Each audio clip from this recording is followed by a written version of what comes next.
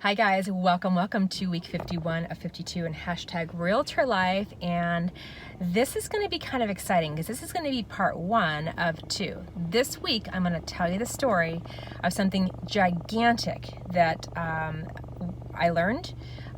Some of you realtors out there might go like, oh, everybody knows that, but a lot of people don't know this. And if you're a buyer for a neighborhood, I want you to really stay tuned and listen to what is happening in real estate these days and what you need to look out for. So my client, awesome client for a long time, and a young family that's expanding, she put her house in the market. And I'm going to back up just a minute. They were looking, and the first house we saw, they're like, we love it. But I said, we got to sell your house. So we quickly put her house in the market, and we went to that house that was not on the market that I showed them. It was actually a referral through an old client. And the seller of that house took our offer with a long escrow contingent upon her selling her home. It was 90 days to get a contract. By the hair of our chins, we got a contract that allowed us to continue and buy this house. So all along though, this seller was just, something in our guts wasn't settling right. We weren't totally sure what. Beautiful remodel, awesome neighborhood. It's a small, intimate community, gated, North Scottsdale. They have happy hours, they have parties, they have little events. It's a private little park. It's an awesome neighborhood. I have tons of friends that live in there or have lived in there, and I've sold in there several times.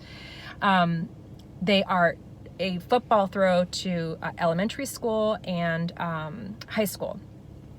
So during our due diligence period, and two other times in the process, but during due diligence, you have to ask all questions pertinent that are important to you as the buyer to find out everything about the neighborhood. But across the street was this house that had two vans out front, and one in the driveway, one in the street. And everything was clean, quiet. We had no reason to question, except we're like, hey, what's to do with those vans? They were the kind with the big windows, seat about 12 people each, newer.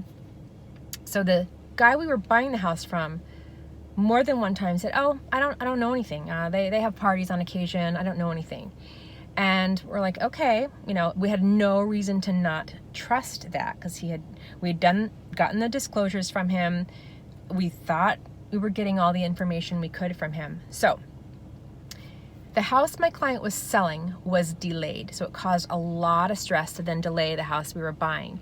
That loan had a problem, but we did finally settle it. It was a very stressed time. My client is very pregnant. She had the flu. She's going in for surgery. A lot of stresses, but she handled it really remarkably. So this is where it gets dicey. They're moving in. They're exhausted. She is holding her little child, and all of a sudden, in runs this young man who goes, I need to use your cell phone. And she was like, oh my God. So stay tuned for part two next week. 52 of 52 and hashtag Realtor Life, and you're going to hear what happened.